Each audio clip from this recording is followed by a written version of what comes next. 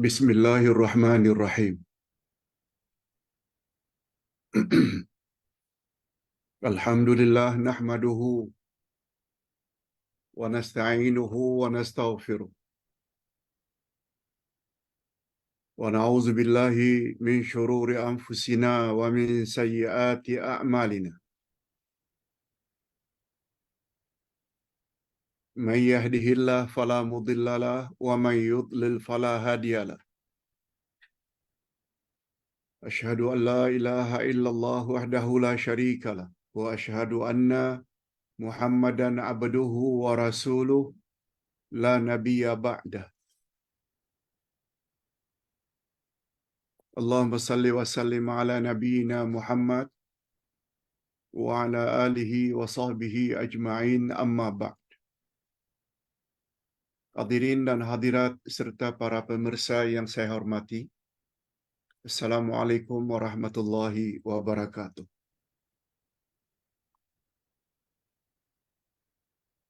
Alhamdulillah, kita bersyukur kehadirat Allah Azza wa Jalla. Berkat taufiknya, kita bukan saja menjadi orang yang ambil berat terhadap ilmu-ilmu keduniaan, tapi kita juga didorong oleh Allah untuk banyak mengetahui tentang ilmu-ilmu agama.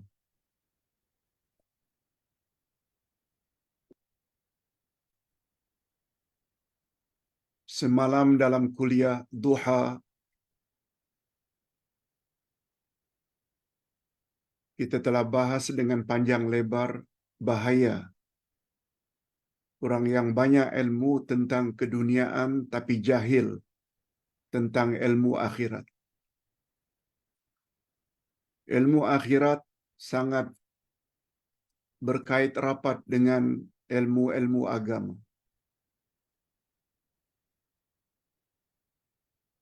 Sebab semua aktiviti kita ketika hidup di dunia bakal ditanya oleh Allah. Bakal ditanya oleh Munkar wa Nakir sejak dari alam kubur lagi. Amal kita akan ditimbang setelah bangkit dari kubur.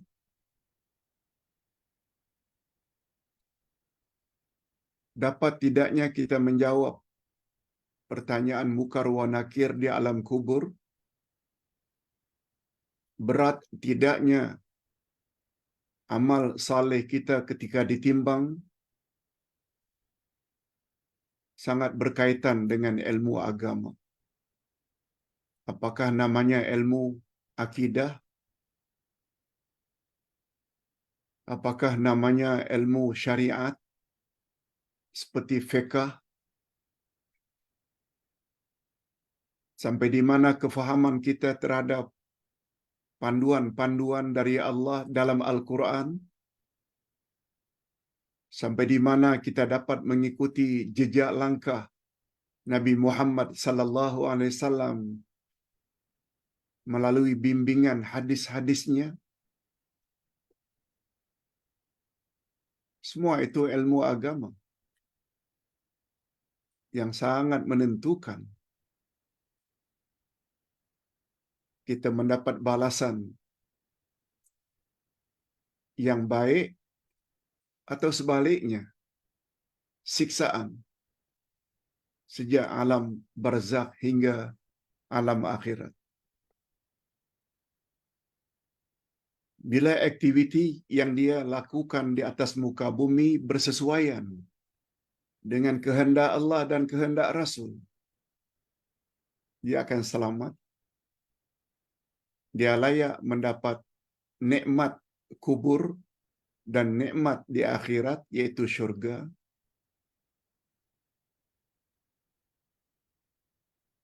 Tapi sebaliknya, bila dia jahil terhadap ilmu-ilmu agama,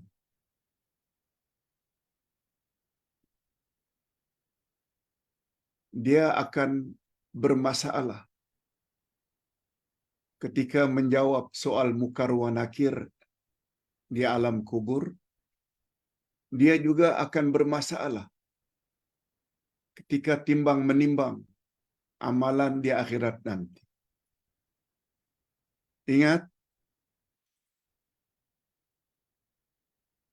sesuatu yang paling memberatkan timbangan amal baik di akhirat nanti adalah takwa. Sebab Allah Subhanahu wa taala berfirman, A'udzubillahi minasyaitonir rajim. Fatazawwadu fa inna khairaz zadi taqwa. Buatlah perbekalan selagi kamu hidup di atas muka bumi, dan sebaik-baik bekalan untuk dibawa ke akhirat adalah takwa. Ini diperkuat oleh hadis Nabi. Athqalu ma yuzanu bil abdi yaumal qiyamah at-taqwa. Sesuatu yang paling menolong memberatkan timbangan amal baikmu pada hari kiamat nanti adalah takwa. Nah, topik kita pada pagi ini yaitu perintah bertakwa kepada orang-orang yang beriman. Perintah Allah agar kita bertakwa. Kita orang-orang yang beriman. Ini boleh kita lihat pada ayat 35 dan 37, 35 hingga 37 dari surat Al-Maidah.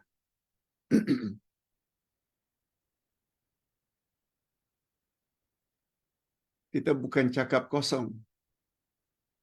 Ini dalilnya. Bukan hanya cakap, tulis lagi.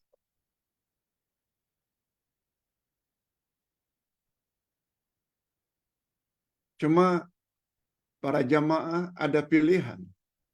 Mau ambil berat atau tidak ambil berat. Kalau ingin selamat, ambil berat. Dengar baik-baik. Miliki kitab ini sebagai rujukan yang kemudian bila kita mati boleh kita warisi kepada anak cucu di belakang hari. Bila ada penjelasan-penjelasan dari ustaz, catat di sampingnya.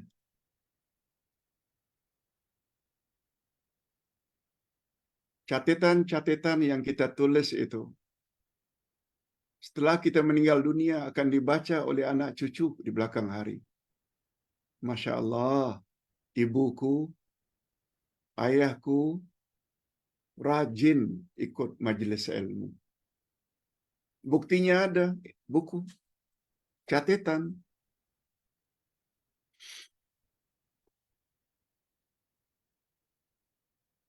Cuma terserah kita. Ambil berat ke atau tidak ambil berat. Ustaz dah jelaskan dengan panjang lebar semalam. Orang yang mendapat murka daripada Allah. Okey. Kita masuk pada topik. Kalau video ini dirasakan bermanfaat, sila share pada saudara mara, pada kawan-kawan. Jangan hanya mengharap keselamatan diri sahaja. Sebagai tanda sayang kita, kita share. Andai kata ilmu ini bermanfaat. Itu sebabnya Ustaz tidak lupa setiap menulis topik, Ustaz akan tulis. Sila share kepada kawan-kawan supaya sama-sama mendapat manfaat dunia dan akhirat. Itu juga dakwah. أعوذ بالله من الشيطان الرجيم.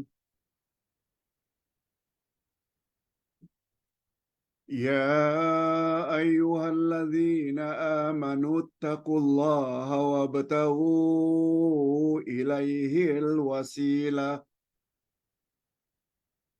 وجاهدوا في سبيله لعلكم تفلحون. Kita terjemahkan satu demi satu. 3 ayat ini kita akan tafsirkan, kita akan terjemahkan, selanjutnya tafsirkan ayat demi ayat supaya fokus. Ya ayyuhalladzina amanu taqullah. Hei orang-orang yang beriman, bertakwalah kamu kepada Allah.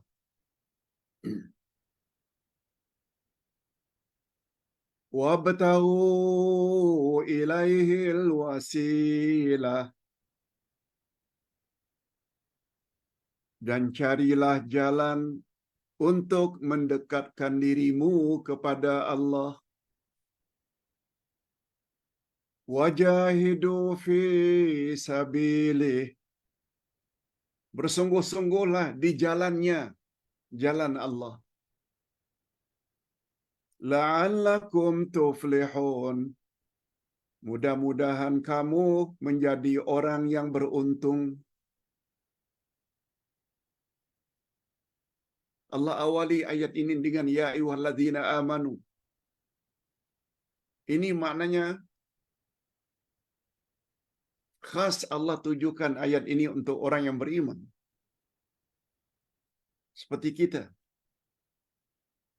Allah tidak sebut ya ayyuhan nas, sekalian manusia. Kalau itu panggilannya termasuklah orang Islam dan non-Muslim.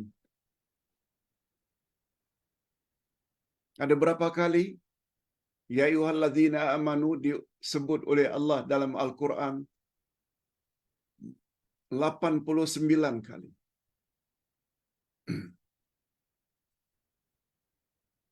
Ya ayyuhan nas hanya belasan kali saja.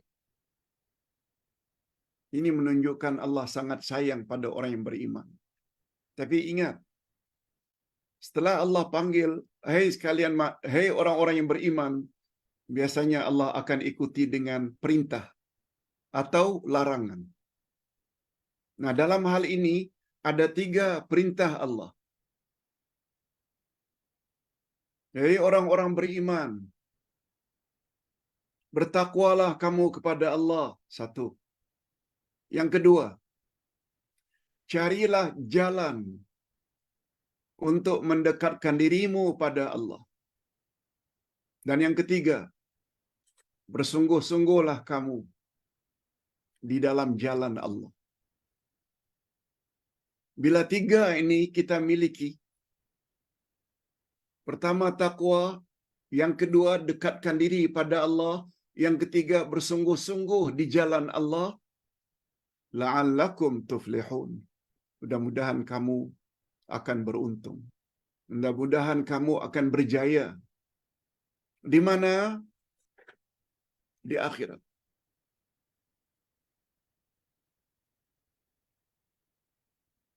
Di alam barzakh. Ini ilmu agama. Ini bukan matematik, ini bukan geografi. Ini namanya ilmu agama. Ini bukan akademik.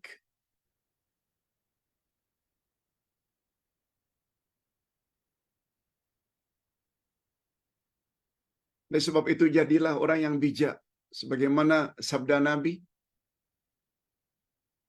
tanda-tanda orang yang bijak, pertama sekali banyak ingat kepada kematian.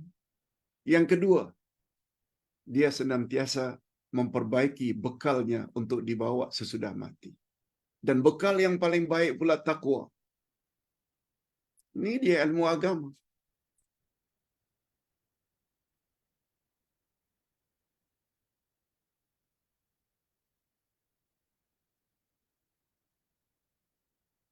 Ustaz selalu sebut, kita yang sudah lansia, lanjut usia, warga emas 60-70, kita lebih memerlukan ilmu agama berbanding anak-anak yang masih muda remaja.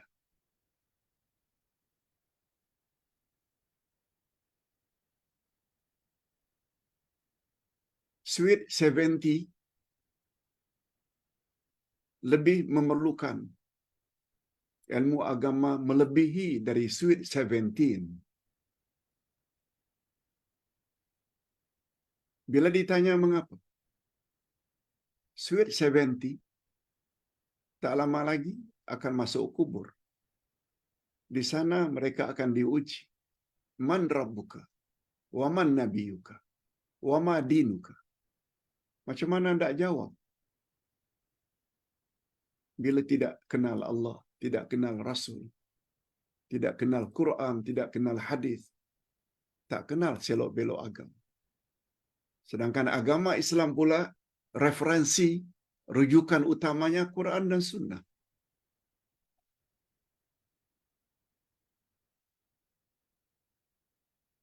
Itu sebabnya Ustaz bantu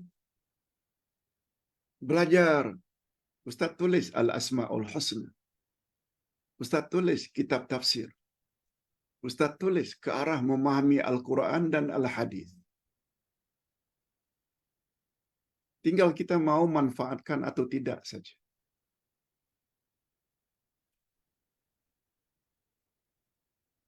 Okey. Setelah memanggil hai orang-orang beriman, lalu Allah Subhanahu wa taala ikuti dengan 3 perintah. Yang dengan 3 perintah itu bila kita miliki dengan kemas, mantap, kita akan berjaya. Allah yang cakap, la'allakum tuflihun. Mudah-mudahan kamu berjaya. Berjaya di sini bukan di dunia saja. Jiwa jadi tenang. Lebih-lebih lagi, kejayaan itu di alam barzakh dan di alam akhirat.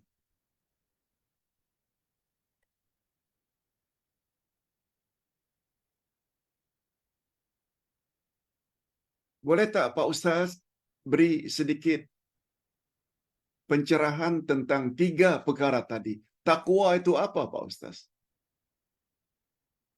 Al-wasilah itu apa pula Ustaz?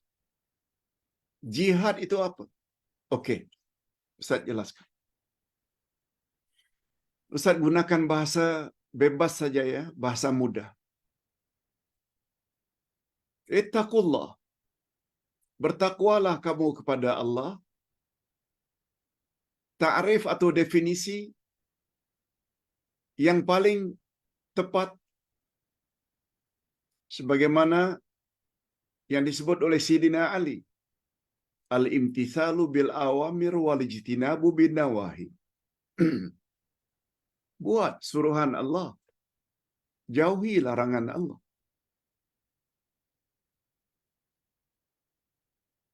Dan ingat, Allah yang sebut.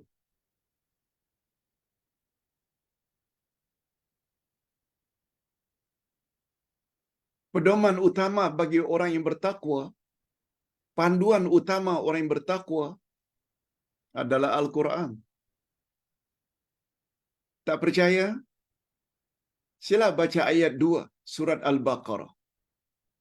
Zalikal kitabu la raiba fih hudal lil muttaqin. Inilah kitab Al-Quran. Tidak ada sedikit pun keraguan di dalamnya. Panduan, pedoman bagi orang yang bertakwa. Oleh sebab itu, sulit untuk mencapai derajat takwa bila tidak jadikan Quran sebagai pedoman, guidance.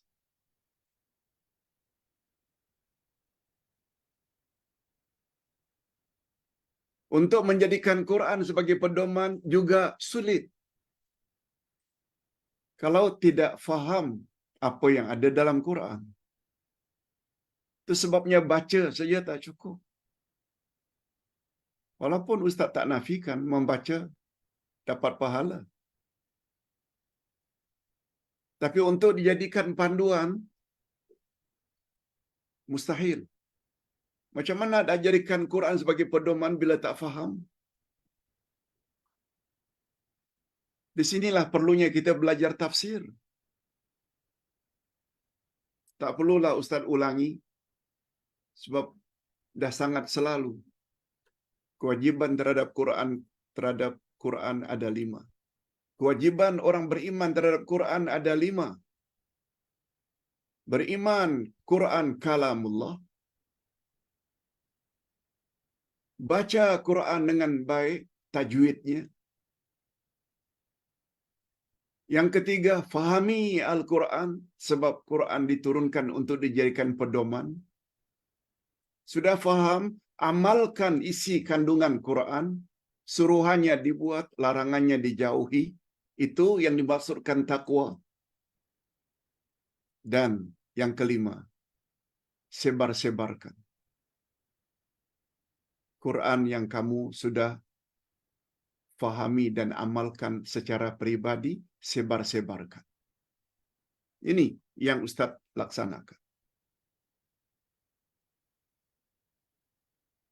Setelah ikut majlis ilmu seperti ini, kita pula ada tim.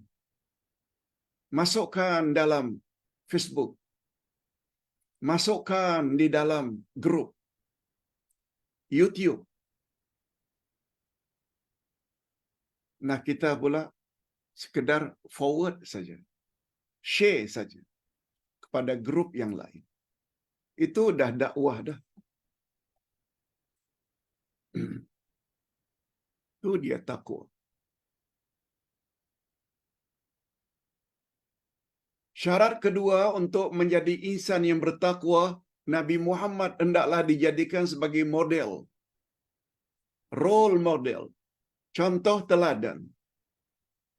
Sebab satu di antara 56 nama Nabi, gelaran Nabi, Nabi Muhammad adalah Imamul Muttaqin. Beliau adalah pemimpin semua orang-orang yang bertakwa. Tak ada yang boleh mengatasi Nabi Muhammad. Leader dari kalangan orang-orang yang bertakwa. Siapa leadernya? Nabi Muhammad. Lihat. Okey. Yang kedua, kita hendaklah mendekatkan diri kepada Allah sedekat-dekatnya.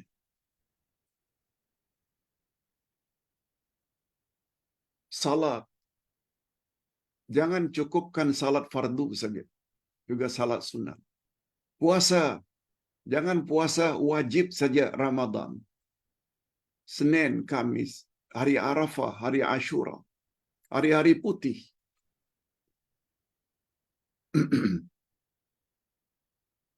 Dekatkan diri pada Allah.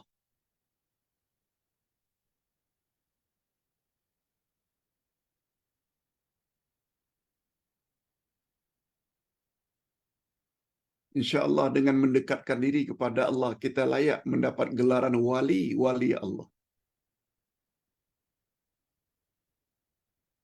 Syarat untuk jadi wali Allah 2 saja. Mantapkan iman, mantapkan takwa. Iman itu masalah dalaman, takwa itu luaran. Buat suruhan, salat, puasa, zakat, haji, doa, baca Quran, sedekah, infak, wakaf. Dan pada masa yang sama, tinggalkan larangan-larangan Allah. Dah 2 dah syarat untuk mencapai kejayaan. Tuflihun. Tapi dua ini tak akan tercapai. Tak akan tercapai bila tidak ada yang ketiga. Wajahidu fi sabili. Kamu hendaklah bersungguh-sungguh pada jalannya. Jalan siapa?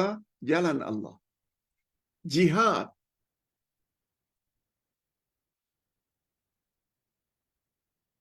Kata orang Arab, al-jihadu ma'khudhum minal juhdi bima'nal masyaqqah. Jihad menurut bahasa diambil dari kata juhdun. Juhdun maknanya bersusah payah.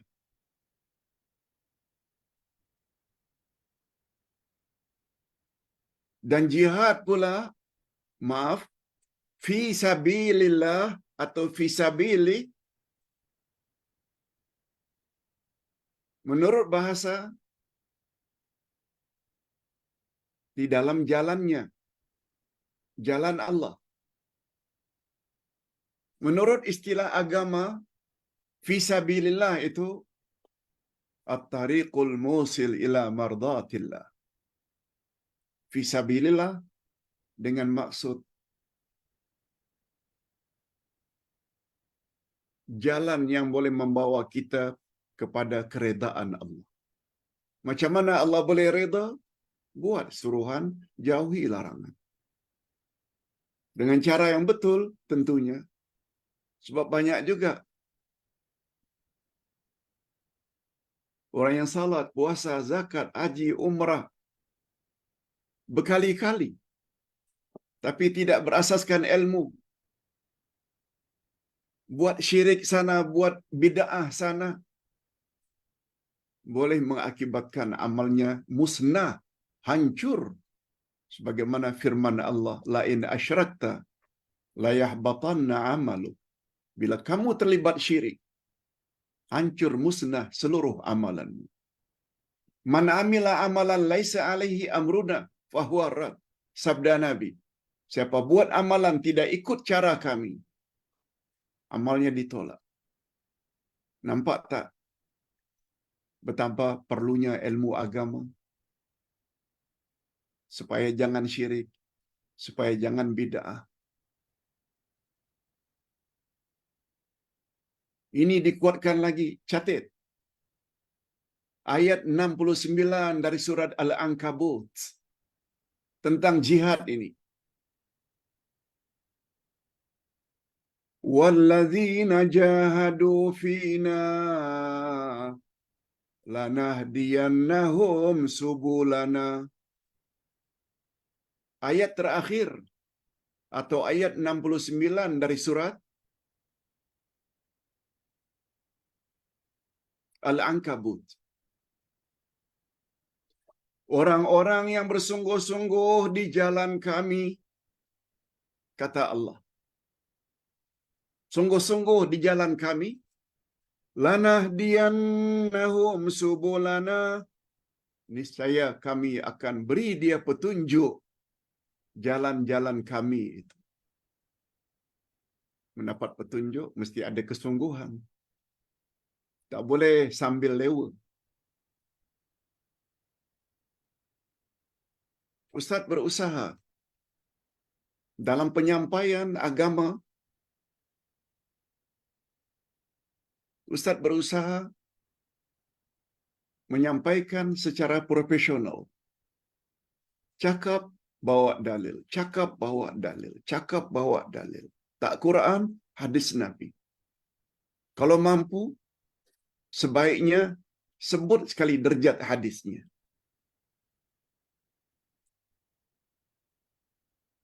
Itu sebenarnya metodologi dakwah. Okey. Sebenarnya wabtahu ilaihil wasilah ini dia ada kaitannya dengan tawasul. Cuma Ustaz tidak bahas banyak di sini sebab kita dah belajar dah bab tawasul dalam akidah. Jilid 2. Tawasul ada dua jenis. Ada tawasul masyru', tawasul yang disyariatkan. kita buat amalan-amalan mendekatkan diri kepada Allah, supaya doa kita cepat dikabulkan oleh Allah, ada namanya tawassul masyru'. Antara lain, kita sebut banyak-banyak nama Allah sebelum kita meminta. Yang kedua, kita lakukan banyak-banyak amal saleh, kemudian kita berdoa. Yang ketiga, kita boleh bertawassul melalui doa orang yang masih hidup.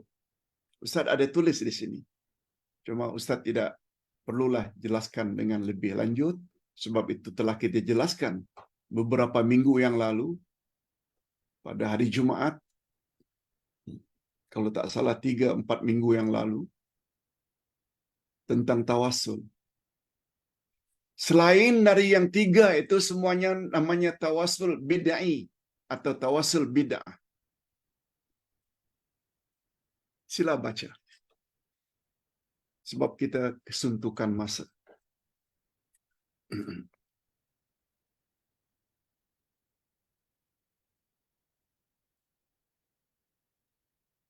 Lalu apa kata Allah pada ayat yang ke-36?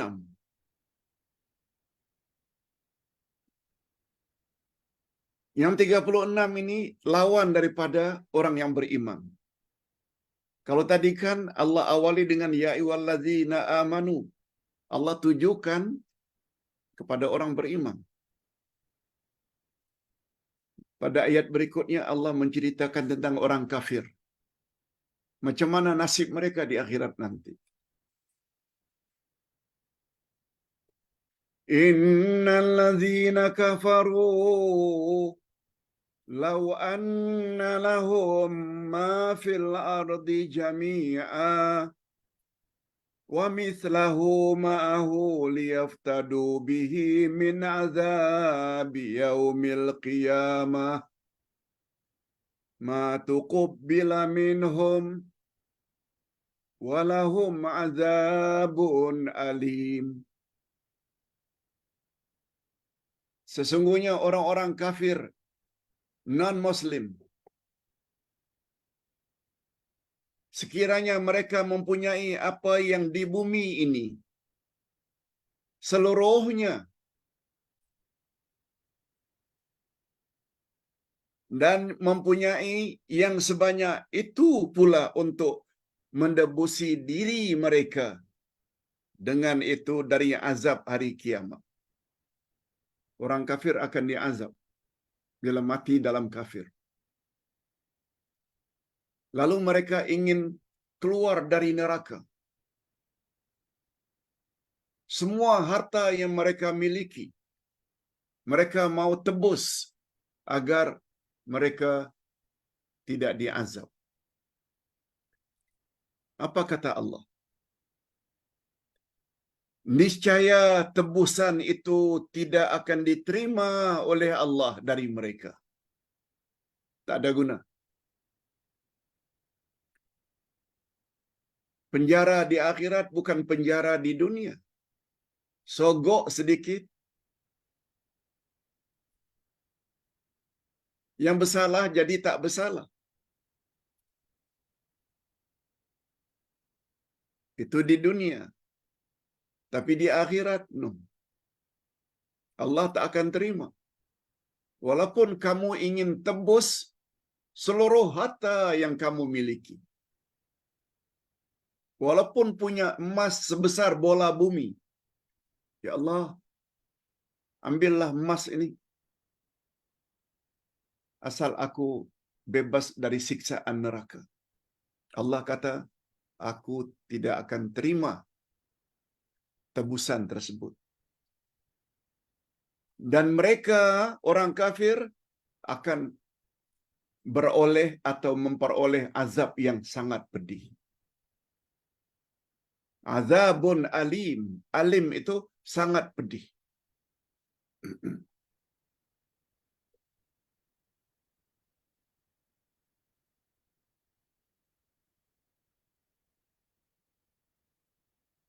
Itu untuk orang kafir.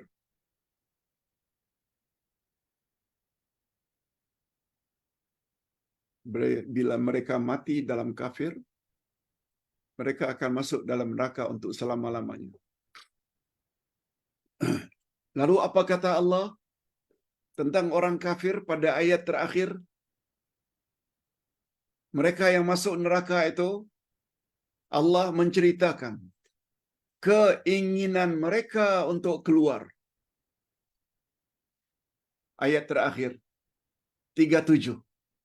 Yuriduna an yakhruju minan nar wa ma hum bikharijina minha wa lahum adzabum muqim.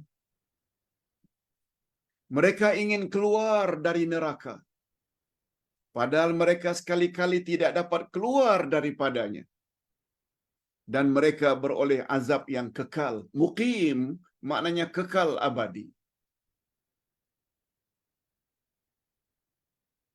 Cuma kata ulama tafsir, Imam Al-Baghawi, mereka ingin keluar dari neraka ada dua makna.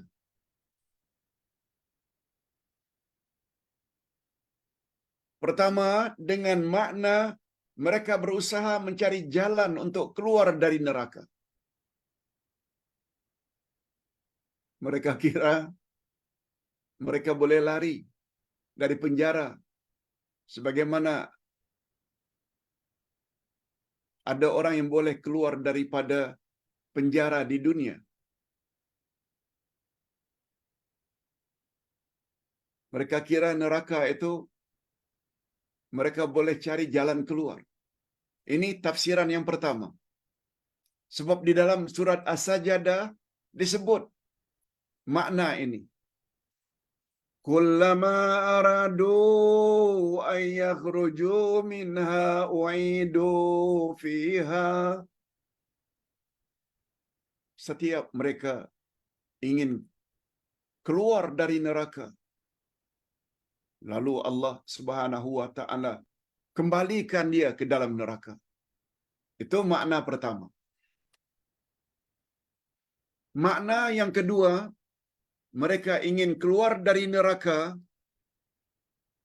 yaitu permohonan mereka.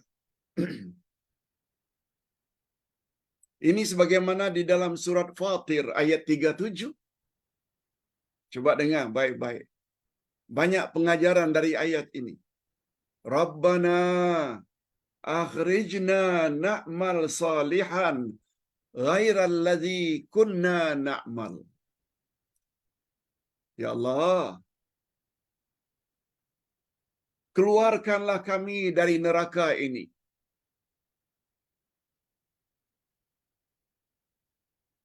Balik lagi ke dunia, na'mal salihah, supaya kami dapat melakukan amal saleh berbeza dengan amal yang dulu pernah kami lakukan.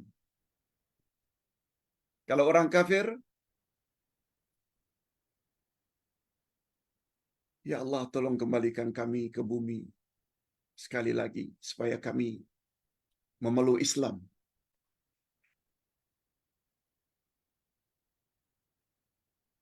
Kalau yang diazab itu orang yang beriman, orang Islam, tetapi ada buat syirik, ada buat bid'ah, dia membawa makna, ya Allah, amal kami kau tolak gara-gara kami ada buat syirik. Amal kami kau tolak gara-gara kami tidak ikut sunnah Nabi, kaifiat dan cara ibadat Nabi. Tolong kembalikan kami sekali lagi ke bumi, ya Allah, supaya kami berlakukan amal-amal saleh. Tidak sebagaimana amal saleh yang kami lakukan dulu. Salat, puasa, zakat, haji. Tapi kami pada masa yang sama juga buat syirik. Salat, puasa, zakat, haji. Tapi cara kami melakukan ibadat-ibadat itu tidak ikut cara Nabi. Kata ulama tafsir, dia boleh membawa makna itu. Walaupun dia orang Islam, ada kemungkinan amalnya juga ditolak. Sebab semua kita tahu, amal itu diterima oleh Allah mesti memenuhi syarat. Pertama, tauhidnya murni lillahi ta'ala. Yang kedua, ikut cara Nabi. Jangan kita orang Islam jadi orang yang seperti itu. Ya Allah, nanti bila kami ada peluang untuk kembali lagi ke dunia, kami tidak akan beramal macam amal-amalan dulu. Kami akan tambah ilmu agama kami. Kami akan tambah ilmu-ilmu akhirat kami. Ni besar kemungkinan itu muncul dari orang-orang yang hanya utamakan ilmu dunia sahaja. Tapi ilmu akhirat dia tak mau dalami. Mudah-mudahan bapa-bapa dan ibu-ibu serta para pemirsa sekalian, kita tidak termasuk golongan itu. Sebab kita tahu apa syarat amal itu diterima. Sebab kita rajin belajar ilmu agama. Cuma ada bezanya. Kalau orang itu orang yang beriman, orang Islam, karena amalnya tidak ikut cara Nabi, bid'ah sana, bid'ah situ, boleh mengakibatkan amalnya ditolak, buat maksiat sana, buat maksiat situ, akhirnya ketika amal ditimbang, dihisap dengan hisap munakasyah, akhirnya dihumban dalam api neraka. Tapi kalau orang itu ada iman, dia tidak akan kekal dalam neraka. Setelah dia azab, sebanyak mana dosa yang dia lakukan, dia akan dikeluarkan oleh Allah Azza wa Jalla agar masuk ke dalam syurga. Itu orang Islam. Itu orang beriman. Dengan syarat dia tidak buat syirik. Tapi orang kafir, no. No way. Itu sebabnya Allah gunakan istilah untuk orang kafir, azab yang akan mereka rasakan, walahum azabum muqim. Bagi mereka azab yang kekal abadi. Bagus juga Ustaz sebutkan di sini, ada sedikit perbaikannya. Ustaz tersalah. Sedikit saja. Ayat 36 betul berakhir dengan azabun alim. Tapi ayat 37 Ustaz juga tertulis azabun alim, tapi sebenarnya azabum muqim. Azabum muqim. Terjemahannya betul. Muqim itu maknanya azab yang kekal. Cuma alim itu tolong diganti menjadi muqim. Sebagaimana tulisan dalam ayat. Mudah-mudahan apa yang kita sampaikan ini ada jugalah manfaatnya. Kita berdoa mudah-mudahan Allah Subhanahu wa taala beri kita 3 sifat utama untuk melayakkan kita menjadi orang yang beruntung di akhirat nanti. Pertama, takwa. Yang kedua, wasilah, mendekatkan diri kepada Allah senantiasa. Dan yang ketiga, jihad fisabilillah, bersungguh-sungguh. Nah, berikut ini Ustaz akan jawab satu soalan saja. Yang Ustaz belum jawab, walaupun ditanya sudah